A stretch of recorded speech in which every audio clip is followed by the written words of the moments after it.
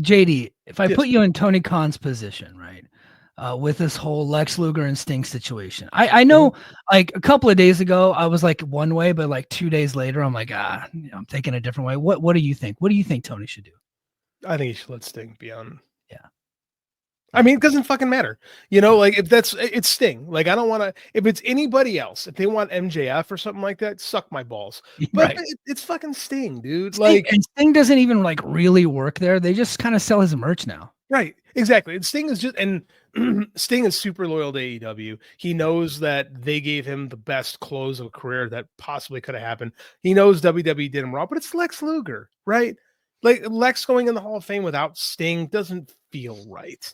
So I think Tony will do the right thing, and not because he'll get anything from WWE in response, but because it's the right thing. And just it doesn't fucking matter. They're never going to help you. They're going to try to crush you every opportunity they get, and it doesn't matter. They're not going to ever help you. They're not going to ever do anything, and all you do is get a bunch of fucking pissed off virgins mad at you, and it's not worth it. Who cares? Let's stay into it. Yeah, so at first I was like, screw them. Like, don't do them any favors, or like make it a business deal, some type of business transaction, like try to get some. I think Dave said it on Friday, but somebody else was saying this to me. He's like, he should at least try to get some like footage or something like that. Some like real light for Sting, like if they want to do a video on Sting, you know what I mean? Like if they're gonna, maybe they produce their own documentary like AEW does. Something like that, license some WCW footage. Yeah, but I guess you could do that.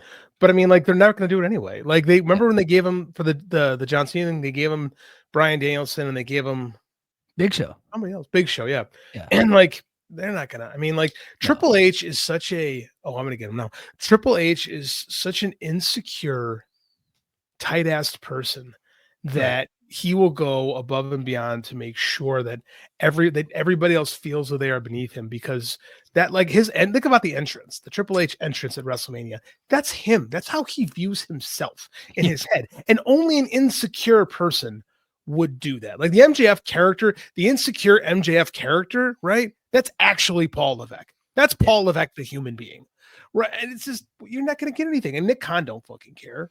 No, Nick Khan's only about business, so he wouldn't care. Wouldn't give a shit one way or the other. And here's the thing that I've learned: like I've never met Tony, I've never talked to Tony. We know people that know him like a little bit. Here's one thing that I think that I know about him. I could be wrong, but this is what I think I know about him. I think he really wants to be liked by wrestling fans. Yeah. I think he wants to come across as the good guy. And a few months ago, Ricky Starks was at an indie show. Right. And the crowd started chanting, "Fuck TK." They started chanting that at like an indie show. And we said it last week, TK was the protected species among our peers, right? Because he's like the nice guy that is also a wrestling promoter. And he was getting heat for being like too nice. And then, so that's why he's like holding these people hostage, right? Well, hostage, he's paying these motherfuckers a lot of money, right? Like Starks and Phoenix and Pent, like they're all getting paid a lot of money to not come to work. I don't feel sorry for them people one bit, right? But because those chants started at that indie show, like almost within like a couple of weeks, boom, Ricky Starks get released. Pentagon's gone. Like Phoenix is now gone. Malachi Black is gone, right? I get the feeling Camille is probably like next, right? Like the people that are there, Miro gets his release, right? So it all kind of like, I could be wrong about this, right? So somebody could fact check me in the comments, like that's fine. I'm wrong sometimes, but that's just my read on the situation. He wants to maintain the moral high ground. And at a certain point, despite all of the things like WWE's history, he lost the moral high ground at one point because of this like Guantanamo Bay like meme that was all over Twitter. And he doesn't like that. I think he's going to do it. I think he's going to let Sting go, because at the end of the day, you gain some like affection probably from some of your friends, right? Like some of your friends like, hey, you did the right thing. But WWE is going to think that you're weak, and they're counting on that, like Dave was saying. the WWE trolls on Twitter are never going to respect you anyway. Correct. And then some of you, even your own fans, are like, well, you shouldn't have done that because it's WWE. And it's like Democrats versus Republicans. You can't talk to the other side, right? Like once somebody goes over the other side, like now they're fucking enemies, right? Like CM Punk is like the worst guy in the world. Andrade is like a loser now. Phoenix and Pentagon, who bled buckets in AEW, are like assholes now, right? Because they want to go to the other side. So like because he's like doing a favor for them, knowing that he'll never get it reciprocated, people are going to have a little bit less respect for him. But you know who will respect him a lot? Lex. Sting. Lex, yeah. Sting. Lex is in a fucking wheelchair, right? Like, and he's trying to like start walking again. That's what this is about. I think he does it. I think he does it. Maybe he gets something out of it. I don't know. Like, remember what TNA did back in the day when they let Flair go to the Hall of Fame? Christian came on and like he would rather be anywhere else but TNA, but they told Christian to go to Slammiversary and introduce a video package. Something. I don't think they do something like that, but there's got to be something that like that they could do as far as a business deal. Maybe something like that happens, or it could be no strings attached. I don't know, but I get the feeling Sting's going to be there. I think so too. And I don't think they'll get anything back. And I think it doesn't really matter. Like I said, the WWE trolls are never going to respect Tony anyway. Jim Cornette will complain no matter what Tony does.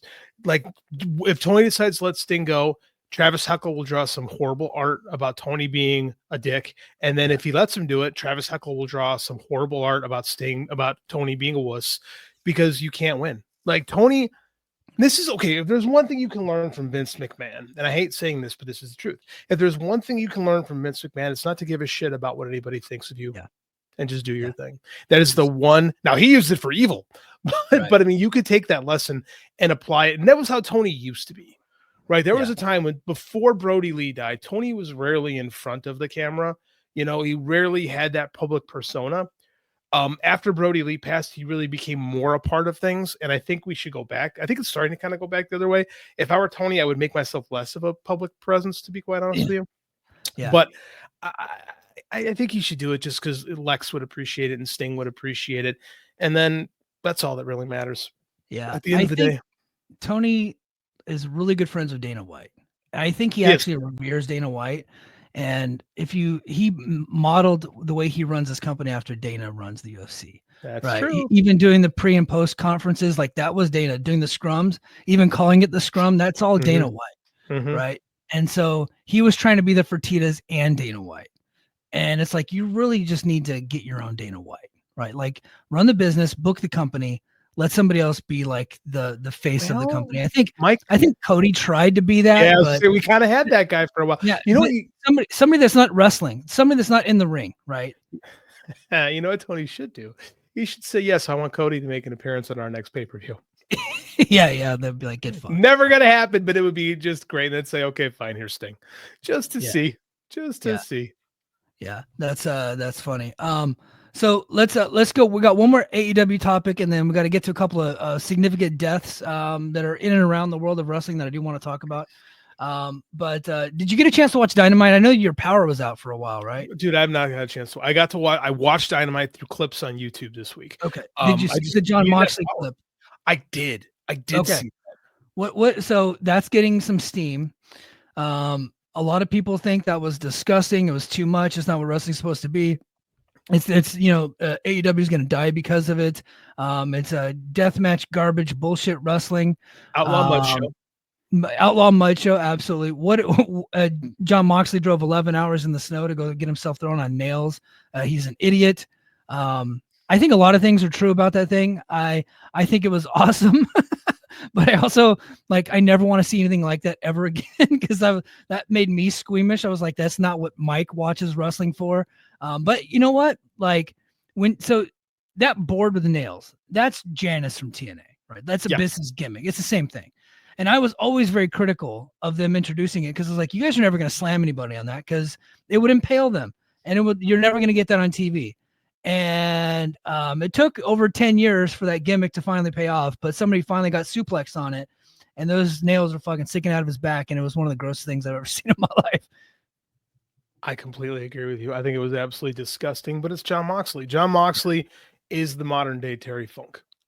And he can do 100%. And he can do whatever he wants, whenever he wants. Terry Funk went to Japan and did disgusting stuff, right? Yeah. You can tell me this isn't wrestling is supposed to be, but you can't tell me how much you love Mick Foley, right? Where Mick Foley made his name, really made a huge thing for himself doing the IWA King of the Death Match with Terry Funk. Like, you cannot tell me that there is not a place for this. Now, is there a place for this in mainstream wrestling? Not in WWE. Nope. But why not? Why not with AEW? We've seen this. Right. We've seen this before. I've heard this argument before with Nick Gage and the Pizza Cutter. Boy, that guy had one appearance in AEW, and boy, did he make an impact. Like, I don't care. Is it going to change? Is one AEW fan going to leave? Going to stop watching because of this? No, I did see some like media guys saying I'm never watching AEW again, and I was just like, before. yeah, come on, all right. Heard that before. Yeah. Who said? I'm curious. Who said that? Did you? Jeremy Botter, Flow Slam guy, Jeremy Botter. Oh, Flow Slam guy. Okay. Yeah. Don't get me started on Flow. That's one of wrestling's great all-time failures. Flow Slam. Nice job. Yeah. I remember Wade Keller the week before it got announced, like, the wrestling is going to change. This is going to make a big deal in wrestling. It was done in a year.